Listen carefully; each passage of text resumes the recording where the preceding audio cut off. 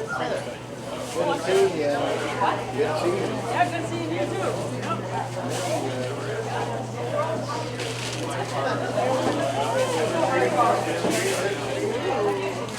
Good morning. How are you today? I'm wonderful now.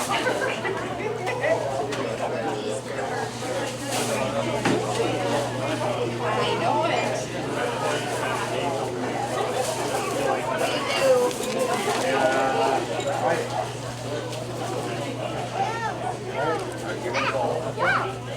Oh, wait a minute. What did I do? Okay, what do we have here? So we have a burgundy pepper spoon roast and steak that we do sell in our fresh case over here.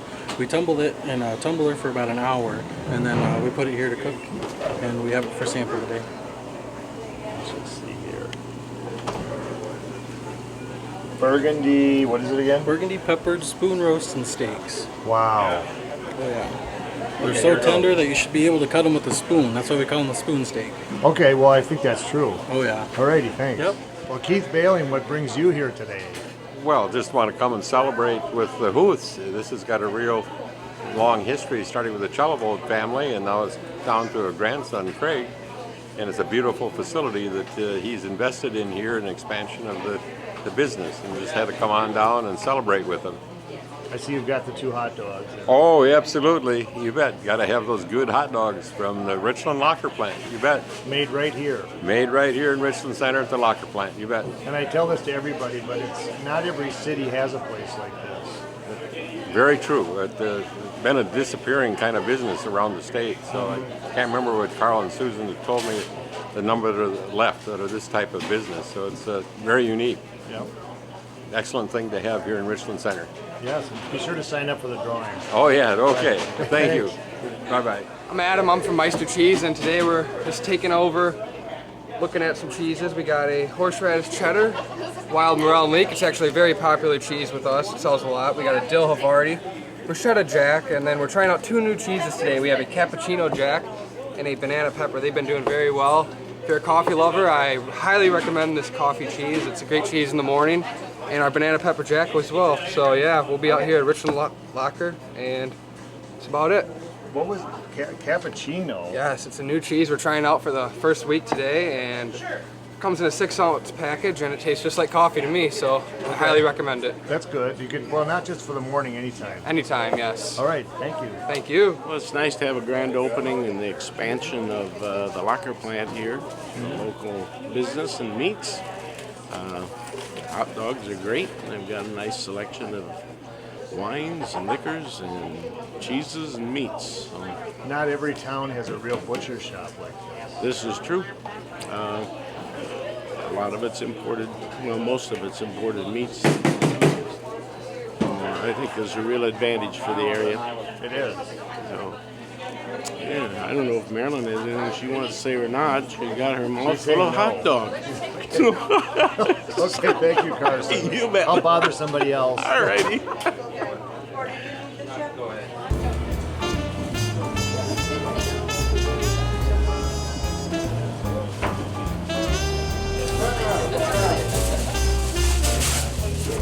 You might want to should have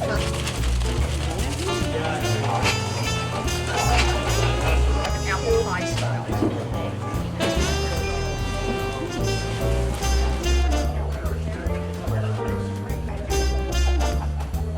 All right.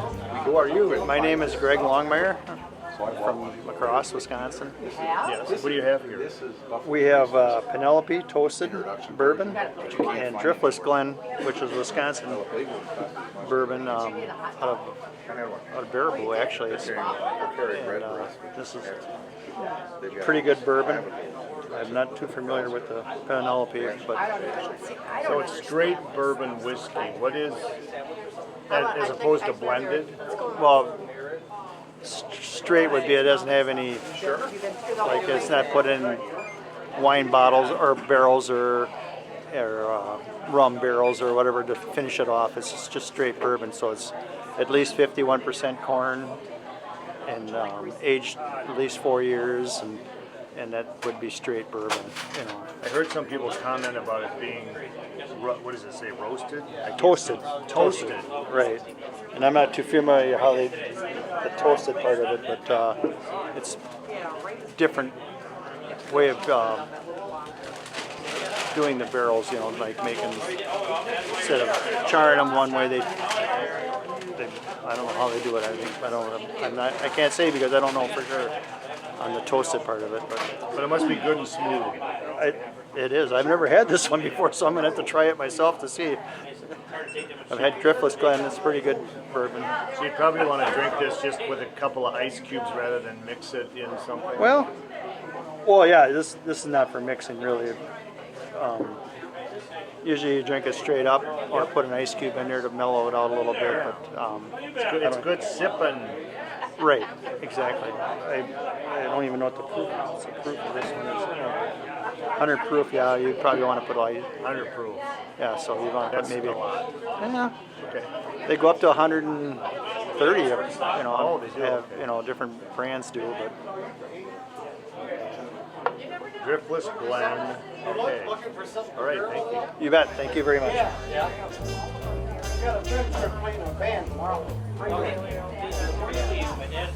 Hi, I'm with Eagles Landing Winery. You guys need to come visit us in Marquette, Iowa and try some of our campfire hooch. It's absolutely wonderful and our #1 seller. What do we have here? Could you hold up a couple bottles? Today we have our caramel apple, which is going to be one of our sweetest wines that we have. It's got a really nice caramel flavor going on with it, as well as some tart apple. This is our Blues Fest wine. It has a wonderful taste of a handful of blueberries. This is our campfire hooch. It is full of berries and a grape, and it's our wonderful, wonderful #1 seller. And if you want to get really nice and cozy in the fall, try our spiced apple. It tastes almost like a canned apple pie. Again, come visit us in Marquette, Iowa, and be willing to serve you some free samples. Do you have your own grapes? You grow your own grapes? We do grow 2 different grapes. It's called the Brianna and the Petite Pearl grape. We grow those about 5 miles from where we sell our wines at. And this weekend we're going to be harvesting most of our grapes. So if you guys haven't ever seen how grapes are harvested, come on out, take a look. All right, what is your address? 127 North Street in Marquette, Iowa. Come on out and visit. We're right across the river. Lots of things to do down there, as well as in a little town called McGregor, and right across the river is Prairie du Chien. Everybody knows where that is. Exactly. All right, thank you. Thank you. Hello everybody, Marty Richards with Greater Richland Tourism here today, and we really have a special treat as we're going to give you a little bird's eye view of the whole operation and retail front of the Richland Locker Company. Now today we're real fortunate we showed up not just on open house day, but it's also my birthday. I appreciate that, Craig. We set it up just for you. I appreciate that very much. So joining us also is Craig Huth. He is the main proprietor. What's your title? You're the czar? What? Again, yeah, the owner. You're okay. So the one Craig, with the headaches. Craig Huth. Yeah, exactly. The comes man with with the both. headaches. Craig Huth is the main operator and owner of the Richland Locker Company, along with family, and then there's some other, quite a few people helping you out Oh, yeah. nowadays. Yep. Oh, yeah. So I think one of the things I'm impressed with, and I kind of look at, I know your story, and is just kind of tell me how you went from this small operation that was probably, what, 1,000 square feet to, retail area. to this setup. Just tell us, just real quickly, the elevator version of that journey. Well, I mean, originally we were trying to build on to make a bigger retail store, but I had actually inquired about this building and it was not available at the time. They were Fastenal was here and they were going to stay here, so we had plans to build to the south and actually had them drawn up to the point where we're ready to break ground in the spring. And then the gentleman from this place came over and things changed with COVID starting and different things, and all of a sudden the building became available. And so I called up the general contractor and what do you mean you're changing? I said, trust me, this will be better. And it is a lot better because we would have had a lot smaller space over there than what we have here. So we have a lot more room to grow. So from there, we just started progressing, and once we got the paperwork done and purchased it, then designing, and of course, that's when COVID kicked in. So one was getting supplies, 2, the prices, of course, went sky high. So that was a little more of an issue. We had to go a little smaller in some of the things. We wanted to connect them. We couldn't afford to do that at this time, so that's all for future. But it took a little longer, a year and a half, to get this meat case. The one over here is cooler panels. Some of them are almost 2 years, so it just took a while to get everything. But we're finally here and going. You learned quickly about the supply chain issues, Yes. didn't you? That Supply chains, and the price goes up every time you ask. Yeah, and COVID played into the whole picture, really, didn't it? Because I can remember when all that came down, we all learned about, wait a minute, the food supply chain in America might be a little disjointed and not operating as smoothly as we thought. But for our area, we were real comforted in that, you know, gosh, we had the Richland locker right here that could still supply us. Now your schedule got tight, I know, but you were able to have a continuous supply of proteins that many locally sourced for the area. Did you see a pretty nice push in your business at that time? Well, it was crazy because when COVID first hit, everybody's kind of in that panic mode. What's going to happen? I always figured we'll stay busy because people have to eat, but I had no idea what it would turn into. You know, when those big meat plants all shut down, they were about that 1 week time frame.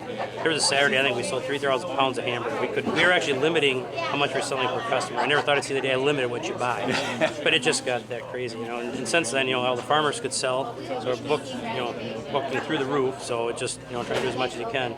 So and it's been a good move though, because it's helped the farmers. Now people, hey, this is good. You know, I got it in the freezer. I can have it here at any time. So people are sticking with it a little more, you know, too, where before they just go to the store, maybe run here for the day, grab what you need. Now they're, you know, planning ahead because you never know in today's society. You bet. So what I enjoy, and I've been here a couple times. Yep. Once or twice. They gave me a frequent flyer card. I don't know if well, anybody else birthday, has one. So that should tell them something. Yeah. There you go. But I like when you come in, there's a pretty good experience here as far as being able to find what you need. Can you tell me, you know, as far as layout, when folks come in, what can they expect, and what are the highlighted items you should suggest people check out? Well, when you first come in the door, I mean, obviously you'll see our summer sausage snack sticks. I mean, those are some things we're known for. Bologna is probably our most popular item. So you have those right inside the door. And the snack sticks are always a good snack for the ride home. So we kind of put them right in front, so you see them checking out or on your way in as well to take home. Then if you just work your way around to the right, we have a lot of local source cheeses, Car Valley, Meister cheese. So we try to get as much local as we can. Then you come around, we have a large rack of different spices and things on that end. And then we get into the fresh meat case. We have 36 feet total. So about 12 feet of it's devoted to deli. We do cheeses, sandwich, meat, potato salads, and that'll change a little bit seasonal as we're learning what sells, what doesn't, or what's the better sellers. Then we also do one end is all chicken, and then in between we have a lot of different beef and pork, marinated products. We kind of rotate through different items. And in the middle there's also the frozen section where we have a large variety of brats, sausage, different things, 1 pound hamburger, 2 pound burgers for people to take home. In the future I'd like to get another freezer case, but we've just got to get a little more income coming in, then we're going to look into that. Then you come around on the left, we get down, we sell soda on this end, then we also have a large variety of craft beers, liquor, different things like that. So if you're interested in it, great, we've got a bunch. If it's not your thing, you can just stay in this part. We kind of left that separated, so you didn't have to go into that area. But that's been a big seller for us. You know, we have bourbons, we have waiting lists for bourbon, as you can see. The Buffalo Trace especially. That's interesting. I saw today, it was like, hey, we got the open house, and oh, holy cats, we got the shipment in of Buffalo Trace, limit 1 per customer, which is a smart move, because that is something, I've had some folks that are real connoisseurs of bourbons and different whiskeys, and they said, you know, I used to have to drive, you know, to Madison or other cities to be able to get that. It's really interesting now is that we actually have some local ability to purchase items that are a higher, I don't know how to explain it, just a higher knowledge base or a higher class of some of those, alcohol items. So that's I know one thing that has gone well as well. I will say this, one of the things I appreciate is the meat case. I'm a big consumer of protein, but the other thing is that you really have a deli here now, you know, where you can slice meats on demand, correct, for what people would like to order, as well as cheeses. And I'm just thrilled now because I like to put all my effort at home into the smoker, what I'm making on the smoker. So now I can just get coleslaw or potato salad or whatever that goes with it, and that's outstanding items. Are there other items you're considering in the future that you would add in the deli if, you know, things continue to grow? We're going to change it seasonal. We've had suggestions on one. I want to look into doing is like the ground up bologna. Mom always used to make that. We've had some requests for that. It's one thing. Another person asked today for ham loaf or different things or ham spreads. Now we carry the old fashioned loaf. We had some people ask for that. So we're taking suggestions. We don't always just get the one thing. But you get asked 2 or 3 times. Hey, let's go this way, and we take away something, add something. We have a lot more space. But we're still limited a little bit, but. Yeah, and we'll change it seasonal too. Like potato salads, we sell a ton of potato salad. I was amazed when potato salad goes through. Are you going to be adding Limburger cheese? That's, I think everybody wonders. Well, we could check into that one. Yeah, you'll probably smell it if we do. I just recently saw it on for sale, actually at Car Valley, where you have quite a few of their products here. They don't make Car Valley. Car Valley doesn't make Limburger, but they do offer it in their retail space. And I had to buy it. opened it up for a buddy and I to try, and he immediately said he's okay. He didn't need to try it. So it's pretty wild. It's a love-hate thing. It's kind of like liver. You know, either people eat it and like it, or you're not going to eat them. I'm out. Yeah, exactly. And then, so we see the retail side, you know, and everybody can come in and experience that. But you do still have your processing side. So has that changed from what you used to have in the prior building to now the setup, the way the operation is? Yeah, we're in the process of trying to remodel a little bit. We got it's called the roll stock machine. Some people know it's a larger, faster vacuum packager, so that'll help us with sausages, all the retail stuff. We just got it put in the other day. It's not hooked up and operational yet, but we're working on that and just trying to make a little packaging area in the front where that used to be our retail area. The rest is pretty much the same, but I mean, we're hoping now, you know, our capacity can go up. We don't. Interruption's a bad word, but when you had the retail, you know, you were tied up filling the case. You're doing the now that side stays focused on that, and I got a great group of people over there working all the time. I you would just don't say get it was interruptions. labor inefficient. There you go. That'd be a good word, yeah. It was. You know, you just had a lot more distractions. Where Yep. now it's you come in the morning. We're cutting beef today. Let's get cutting beef. You know, Yep. we don't have to fill the case and do other things. So your efficiencies increased on that side as well, just because of the real retail space. Correct. Yep. Now, the other thing people probably don't realize, I've noticed it, and that is this has been a boost for employment too, because you've had to add to your staff. Now, can you, off the top of your head, give us an idea how many people that you've had to increase in employment? Right now, between full and part-time, I think we're 6 people, I believe. Yeah. So just try, right now, just feeling it out. You know, see how it goes. And, You know, bet. We do share help too from that building. If we get busy, we send some over here, or vice versa. You bet. Anything we're missing? Because I know we talked about the retail space and all the different items. I think one of the things I'll point out, we do have a lot of visitors that come to the area. My wife and I own short-term rentals, and we do make the suggestion that they try to check out the Richland Locker. And I know when they have, because they'll put it in the comments, you know, that, hey, Marty directed us as a reference or as a referral just to go check out the Richland Locker. And then they are like, everybody should do that.